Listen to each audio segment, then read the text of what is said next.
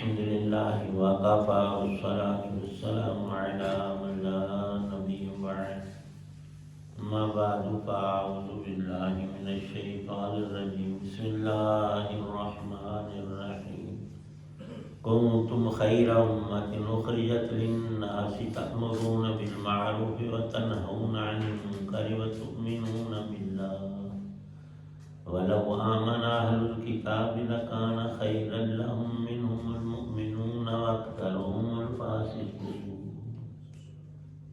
صدق الله العظيم.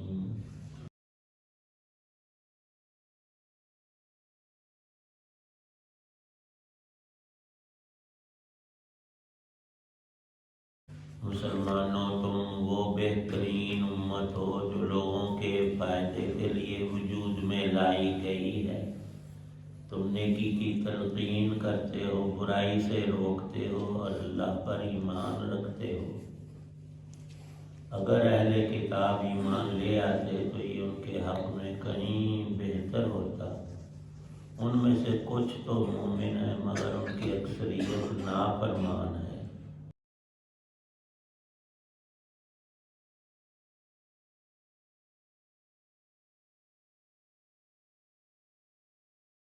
سورہ آل عمران کی آیت 110 ہے.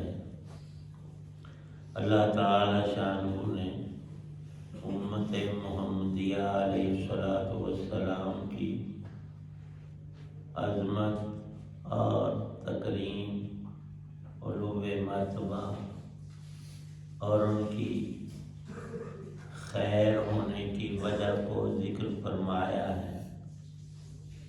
اللہ تعالی شانہ اپنی مخلوقات میں جس کو جتنا چاہیں فضیلت عطا فرما دیں، اس میں کسی غیر کو اور کسی مخلوق کو ٹانگ اڑانے کی نہ اجازت ہے اور نہ ہی اس کا یہ مرتبہ ہے کہ رب نے ایسا کیوں کیا. اللہ پاک فرماتے ہیں مجھے حق حاصل ہے، میں تمہارا خالق بھی ہوں، مالک حقیقی بھی ہوں، رب بھی ہوں، تمہیں پالتا ہوں، تمہارا منعم اور محسن ہوں، اور سب خوبیاں اور کمالات اے بندو تمہارے رب میں پائی جاتی ہیں اور تم میں صرف اتنا ہے جتنا وہ عطا کرے. اور اس کی جو عطایا ہیں ان میں سب سے زیادہ اللہ کا فضل، اس کی رحمت، اس کی مہربانی ہم بندوں انسانوں پر ہے. اللہ پاک ارشاد فرماتے ہیں جو جو خوبیاں میں نے انسان کو بخشی ہیں وہ دوسروں کو میں نے عطا ہی نہیں کی. اور آگے علم اور عقل تک جانے سے پہلے تم ظاہر کو دیکھ لو. دنیا کی کوئی حسین ترین چیز انسان کے مقابلے میں لا کر کھڑا کرو، انسان کا درجہ بھی افضل ہے، اس کی شکل و صورت بھی بہتر ہے، اور اس میں جو جواہرات اللہ نے رکھے ہیں، ہیرے اور موتی، ایک آنکھ کا ہی مول. آنکھیں تو اللہ نے جانوروں کو بھی عطا کی ہیں، زبان اور بولیاں تو وہ بھی رکھتے ہیں، لیکن فرمایا کہ تم غور کرو جو بولنا تمہیں سکھایا ہے وہ نری ٹیں ٹیں کہیں کہیں نہیں ہے. ان کی بولیوں میں بھی ان کے لیے سمجھ ان کے طور پر رکھی ہے، لیکن اے انسان تو گفتگو کرتا ہے، تجھے خود بھی پتہ ہے میں کیا کہہ رہا ہوں، اور ہر سننے والا بھی جان رہا ہے کہ بولنے والا کیا بات کر رہا ہے. اور پھر وہ آگے سن کر اس کی تحقیق جو ہے کہ یہ بات درست ہے کہ غلط ہے. یہ اللہ پاک نے ہمیں کمالات یوں ہی عطا نہیں کیے، پھر آگے ڈیوٹی بھی لگائی ہے کہ بندے پر سب سے زیادہ حق یہ ہے کہ وہ اللہ اور اس کے سچے رسول کی اطاعت کرے.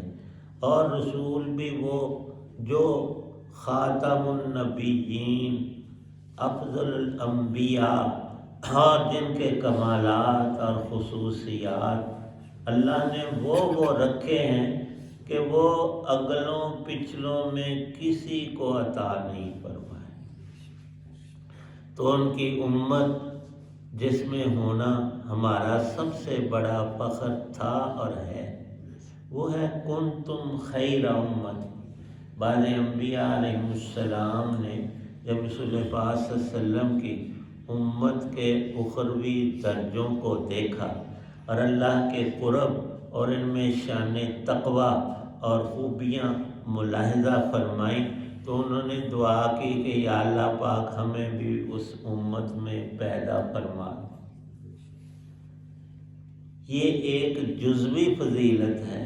امت کا کوئی فرد کسی نبی کے برابر نہیں ہو سکتا، لیکن ایک بہت مالدار آدمی ہے، اس کے پاس سب چیزیں، ہر طرح کے سامان موجود ہیں، وہ اپنے ایک دوست کے گھر جاتا ہے اور اس دوست نے، وہ اس کے برابر تو نہیں، مال و دولت میں اس سے آدھا بھی نہیں، اس سے بھی کم ہے، لیکن اس کا ذوق ایسا ہے رہائش گاہ میں کہ اس کی منزل کو اور اس کے گھر کو دیکھ کر جو محل اس نے بنایا ہے اس کی رال ٹپکتی ہے، یار میرے پاس اس سے کہیں زیادہ ہے، لیکن یہ حقیقت ہے کہ اس کا مکان زیادہ خوبصورت ہے۔ اس نے اپنی سمجھ اور عقل اور علم اور ہنر کو یہاں اتنا استعمال کیا ہے کہ میں نے نہیں کیا۔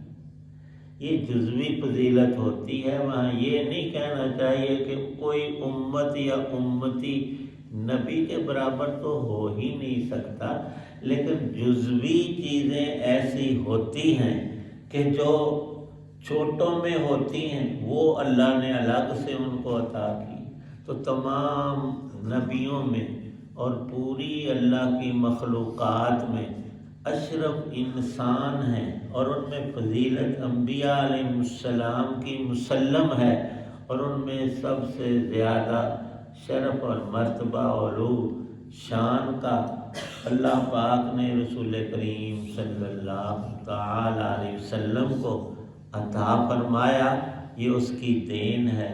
اللہ فرماتے ہیں مجھ سے کوئی پوچھ نہیں سکتا، اور کسی کی یہ شان ہے ہی نہیں رب سے کہے کہ اللہ تو نے اس وقت دن کیوں بنایا، رات کیوں، کھجور کا درخت اتنا لمبا کیوں بنایا، فلانا اس میں رب ہی جان، اس کی مخلوق ہے وہ سب سے زیادہ بہتر، اور اس کی حکمتیں اور اس کی مصلحتیں، اور وہ کچھ جانتا ہے کہ انسان کی عقل تو وہاں پہنچ ہی نہیں سکتی۔ اللہ پاک نے اس آیت میں ارشاد فرمایا ہے کہ اسی طرح ہم نے تمہیں اے آخری امت فضیلت بخشی ہے، خیر الامم ہونے کا لقب تمہیں دیا ہے، تمام امتوں میں افضل تر تم ہو۔ اور فرمایا رسول پاک صلی اللہ علیہ وسلم نے کہ سب سے پہلے اللہ کی ابدی رحمت دارالسلام میں، جہاں اللہ نے نیری خوشی رکھی ہے، غم تکلیف کی کوئی صورت وہاں آئے گی نہیں، پیش رکھی ہی نہیں اس جگہ میں۔ فرمایا کہ کوئی اللہ کا نبی بھی جنت میں داخل نہیں ہوگا جب تک کہ تمہارا نبی وہاں نہ پہنچے۔ فرمایا کہ سب سے پہلے اللہ تعالی شانہ جنت کے دروازے کو میرے لیے کھلوائے گا، اور جو رضوان جنت ہے، جنت کے فرشتوں کا سب سے بڑا سردار ہے، وہ خود دروازہ کھولے گا اللہ کے آرڈر پر، اور پھر وہ سلام کرے گا رسول کریم صلی اللہ علیہ وسلم کو، اور کہے گا کہ میں پہلی مرتبہ خود آ کر جنت کا دروازہ آپ کے لیے کھول رہا ہوں۔ فرمایا کہ پھر اللہ کے نبیوں کی بات، وہ جنت میں تشریف لائیں گے۔ فرمایا کہ اسی طرح جب تک میری امت جنت میں داخل نہیں ہوتی دوسروں کی باری نہیں آئی، اور یہ اس لیے کہ قرآن پاک میں اللہ پاک خود ارشاد فرما رہے ہیں کنتم خیر امت اخرجت للناس، تمہیں اللہ نے یہ فضیلت اس لیے بخشی ہے کہ تمہارا دین دین اسلام ہے اور شریعت تمہارے پاس محمدیہ علیہ السلام ہے، جو تمام پچھلی شریعتوں کی جامع اور اس میں سارے اگلے پچھلے نور جمع، اور جب سورج طلوع ہوتا ہے تو ستارے کہیں چلے نہیں جاتے، ان کی روشنی ماند پڑ جاتی ہے اور سورج ہی کی روشنی میں مل ملا جاتی، نظر نہیں آتی۔ تو یہ شریعت بھی ایسی سورج کی طرح روشن ہے۔ فرمایا جو اللہ نے جامعیت اور شان کاملیت اس دین کو آخری طور پر عطا فرما دی ہے، وہ پہلوں کو عطا ہوا تھا بہت کچھ، لیکن یہ کچھ نہیں۔ اور اس کی ایک جامع مثال بھی رسول کریم صلی اللہ علیہ وسلم نے ارشاد فرمائی کہ ایک شخص ہے، اس نے کچھ مزدور کام پر لگائے اور ان کو کہا کہ تم سب کو 1,000 روپیہ ملے گا، صبح سے لے کر تم نے ظہر تک یہ میرا یہ کام ہے، یہ تم نے کرنا ہے۔ تم اگر چاہتے ہو 1,000 روپیہ لینا تو مزدوری کرو، نہیں تو چلے جاؤ۔ انہوں نے کہا جی ہم مزدور ہیں، ہم نے کام تو کرنا ہی ہے اور ہمارے بارے میں ہے، ہم 1,000 روپیہ لے کر تو یہ کام کرتے ہیں۔ فرمایا کہ انہوں نے کام کیا اور مالک نے ان کو پوری مزدوری عطا کر دی۔ پھر فرمایا کہ اس مالک نے ایک دوسرے گروہ کو بلایا کہ میں نے یہ کام لینا ہے، یہ تم کرو ظہر سے عصر تک، اور تمہیں 1,000 روپیہ دوں گا، وارے میں کر لو۔ انہوں نے کہا جی ٹھیک ہے، ہم کام کرتے ہیں۔ کام انہوں نے پورا کیا، مالک نے انہیں ان کی ادائیگی کر دی۔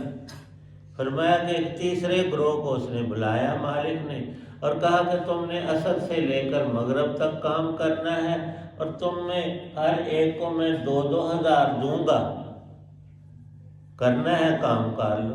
انہوں نے کام کیا اور جب مکمل ہوا اور شام ہوئی تو سب کو اس نے مالک نے 2,000 روپیہ دیا۔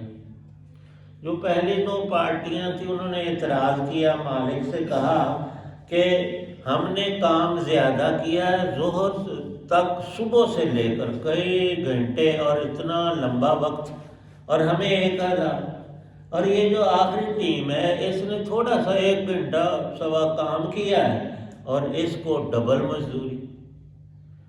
تو مالک نے ان دونوں پہلے گروہوں کو کہا کہ میں نے تمہارے حق کو مارا ہے، ناانصافی ظلم کیا ہے، تمہاری میری جو بات تھی کہ کام کرو گے یہ مزدوری ملے گی، اس میں کمی کی ہے تو بات کرو، باقی کسی کو میں ڈبل دوں زیادہ دوں وہ ان کا معاملہ، تمہارا تو نہیں اس میں۔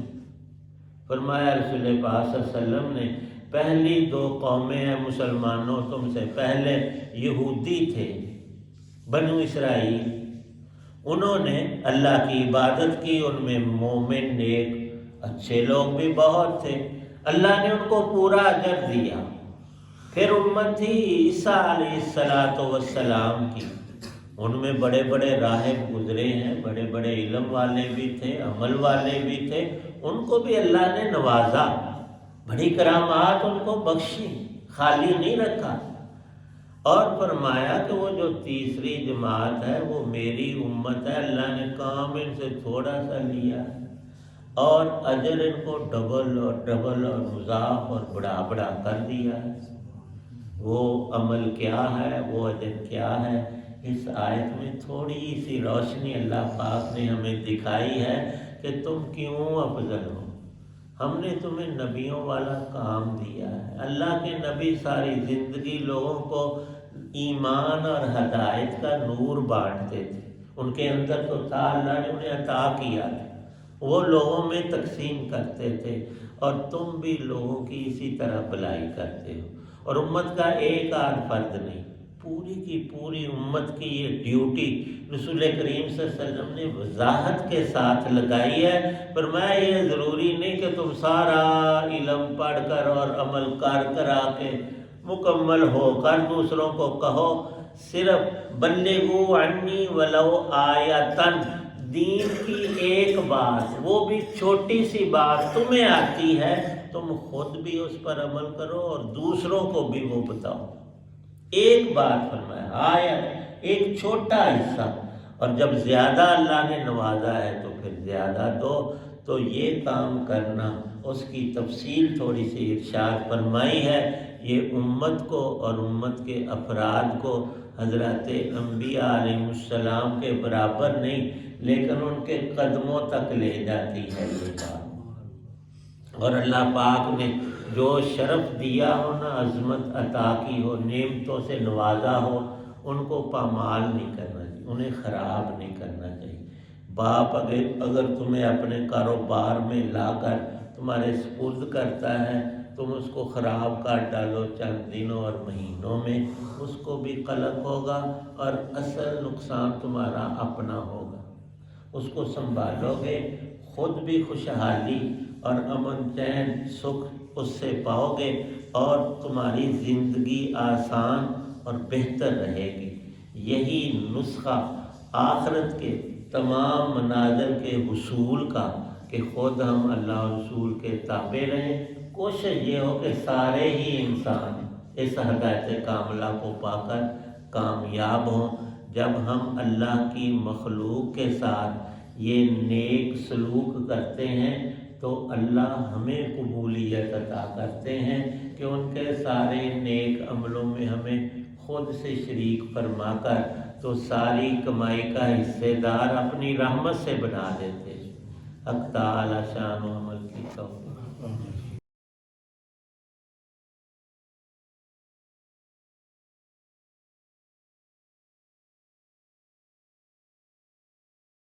الحمدللہ رب العالمین والصلاة والسلام علی رسول النبی الکریم۔ یا اللہ پاک بیماروں کو شفا عطا فرما۔ حاجی عبد المجید صاحب اسپتال میں دعا فرمائے، اللہ ان کو صحت کاملہ عطا فرما۔ اس مجمع میں گھروں اسپتالوں میں جتنے بیمار ہیں رب کریم ہر ایک کو شفا کاملہ عاجلہ عطا فرما۔ ساری روحانی جسمانی بیماریوں سے ہماری حفاظت فرما۔ اتنی ہماری زندگی ہے، ایمان کامل، بدن کی صحت سلامتی اور نیکی کی توفیق عنایت فرما۔ اتنے حضرات دعا میں موجود ہیں، سب کی نیک دعاؤں کو قبول فرما۔ صلی اللہ تعالی علی خیر خلقہ محمد وعلی آلہ وصحبہ واہل بیتہ اجمعین، آمین برحمتک۔